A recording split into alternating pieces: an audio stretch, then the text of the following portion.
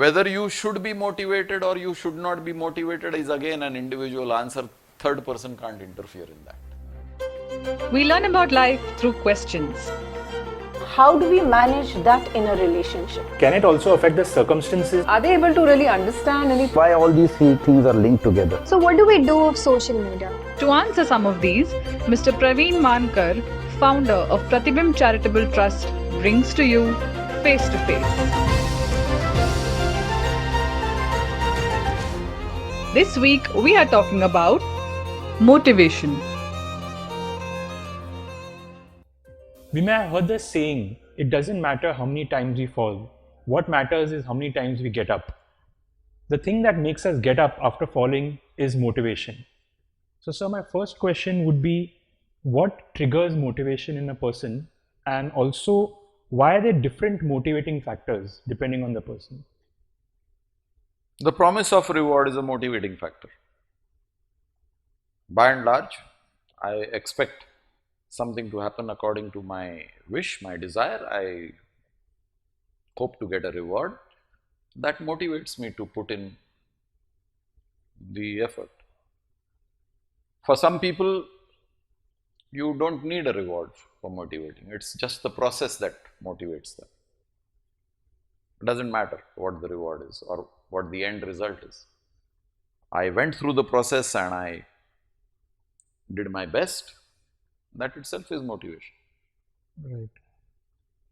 So, is there any ideal motivational factor which a person should ideally have? No, there is no such thumb rule or an ideal motivational factor.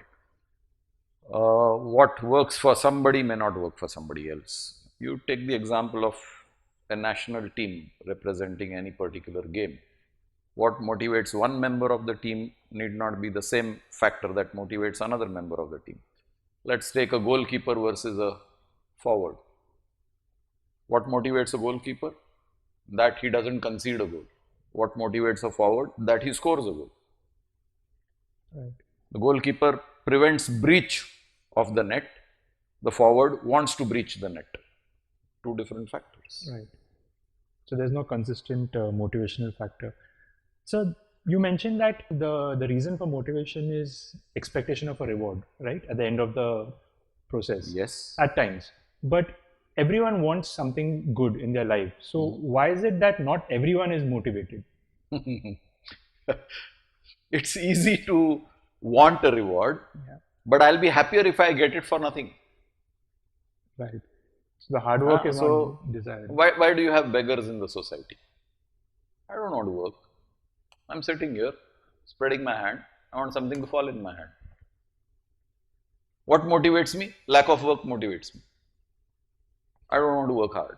I don't want to put in the effort. And by and large, people want things easy. And therefore, you will find that a large chunk of the society is demotivated. You take employees, you take government employees, you take private company employees. Why do you need an incentive to make you work? I mean, I find this concept completely funny, that I get paid my salary for simply logging in my attendance. But if I have to produce result in the company, I need an incentive. Then I will work. That's crazy. I mean, what is the salary for? Right. So, but the question still remains, what is the source of motivation? Because to give an example, you mentioned that beggars probably are motivated for not working. But at the same time, there are a lot of people from the poor background who do fantastic. I mean, that's what drives them. Yes. So, what triggers this thing then? Why is this difference? Again, thumbprint. Every thumbprint is different. Right. Yeah. What triggers one person may not be the same thing that triggers another person. You are born different. You are brought up in a different set of circumstances. The environment around you is different. A person from a rich family who has access to a lot of privileges is not motivated to work. A person from a poorer section of the family who knows that for him to be rewarded materialistically, he needs to run that extra mile. So he does something which a privileged individual would not do. And you will find several cases that people coming from affluent backgrounds do not necessarily put in the kind of effort they are capable of putting, because things are easily accessible. Right. And the person who doesn't have those privileges is willing to do that extra bit more so that he is within grasping distance of what he is aspiring for. Right. Yeah, and you will have several such cases. You look at some of these kids who aspire to be top class cricketers, because cricket today is a paying profession. Yeah. They will be staying far away from the usual centers where the practices are going on, or where the who is who of cricket is hovering around. Yeah, so they may be staying in some remote suburb of Mumbai. They will wake up at 3 o'clock, 3 a.m. By the time it's 4:30, they are ready to travel. They catch a train, travel for 2.5 hours. By the time they reach the ground, it is 6:30. Then they will practice till 9:30, 10 o'clock at that place. Then do whatever other things they do in life, attend college or go back and do some work at home. What motivates these guys? The promise that if I become even partly successful in this profession, I stand to dramatically change my economic status. From a one-room apartment, I have a chance of owning my own 2 BHK, 3 BHK, perhaps even more. And if I do succeed and become a top-notch cricketer, I will be rolling in riches. Right. So you mentioned that motivation can be either the goal, end goal, or the process itself. Yes. So is it the fact that the process, being motivated by the process is better? Because if you are motivated by a goal, you might stop after that, after reach that goal. So isn't being motivated by the process a more long-term way to proceed? Again, individualistic. So people who are result oriented or reward oriented will not be motivated by process. Now you also have examples of people who work for charitable institutions. The motivation is not the monetary benefit for them. Yeah. They enjoy the process, that they are being useful to the society. They are doing something for the society. The returns are not important.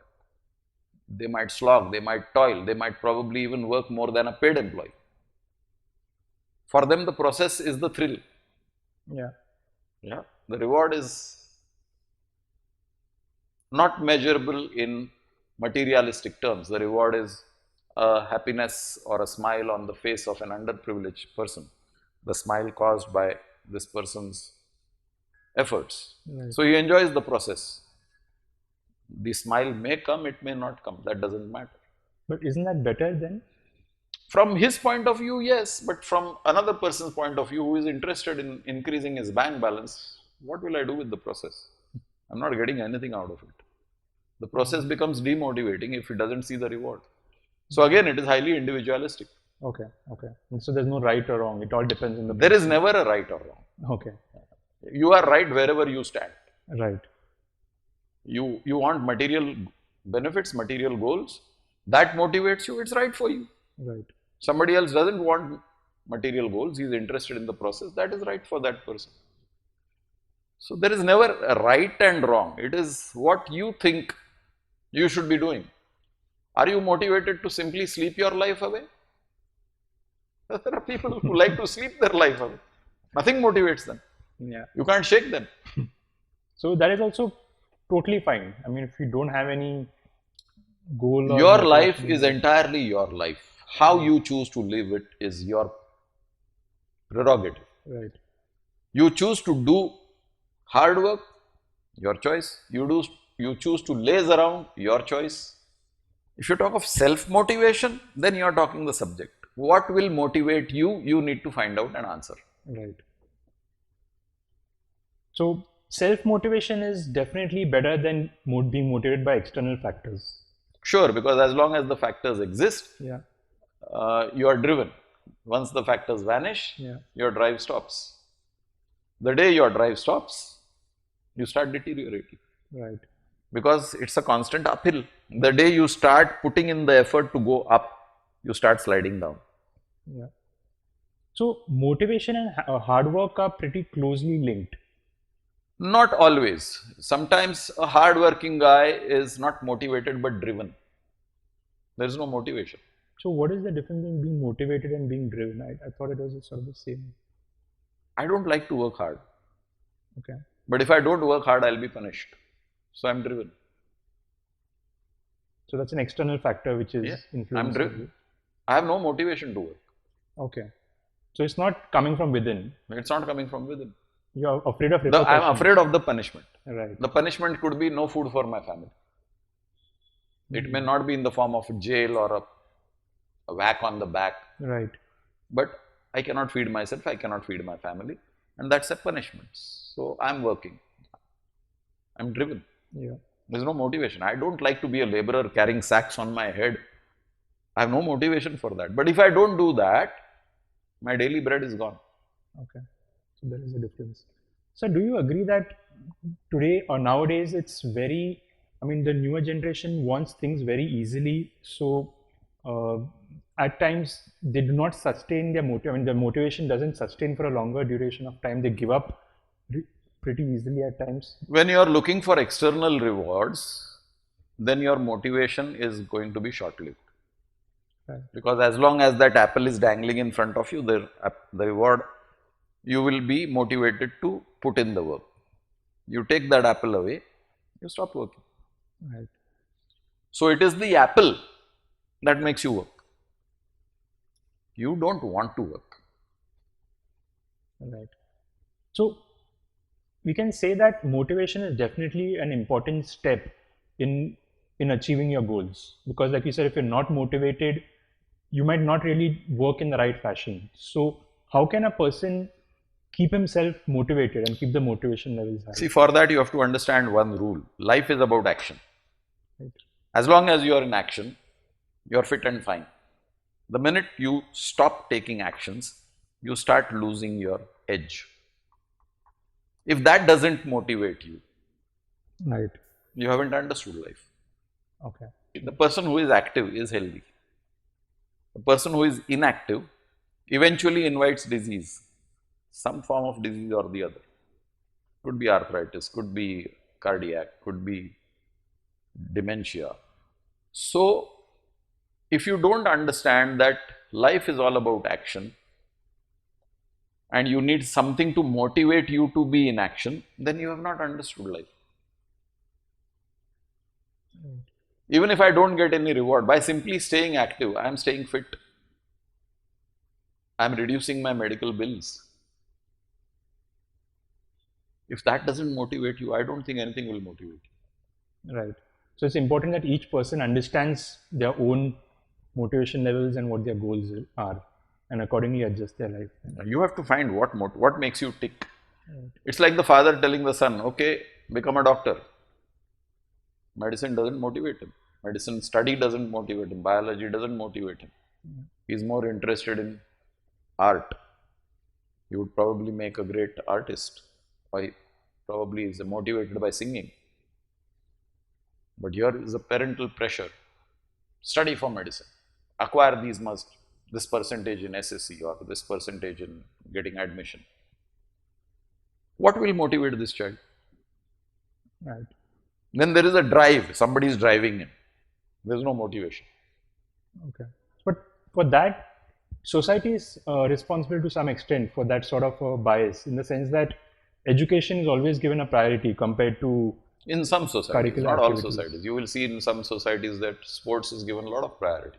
Okay. Whether you get educated or not doesn't matter. Okay. As long as you have a sufficient stint, 7 to 10 years of active sporting life at the top, you have made your money to survive your entire life. Right. So one final question, sir. Is motivation more of nature or nurture? I mean, this driving spirit in you, are you usually like, is it right from birth, or is it something which can change because of the upbringing? It's a bit of both and something more. When I say bit of both is upbringing, yes.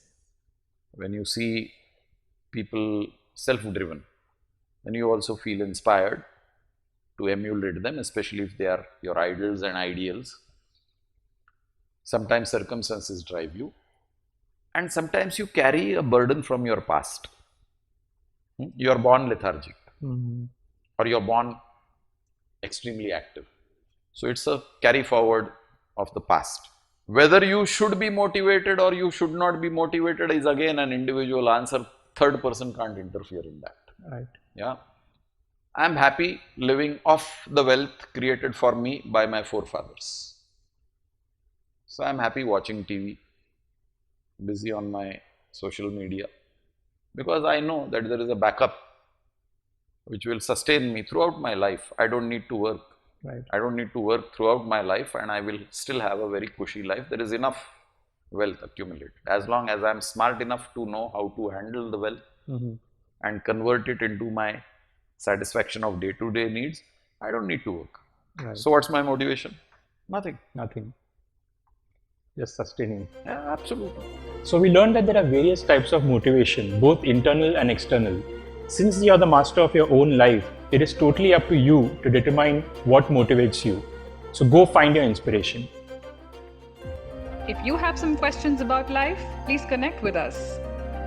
Do not forget to like, share, subscribe, and press the bell icon for weekly updates.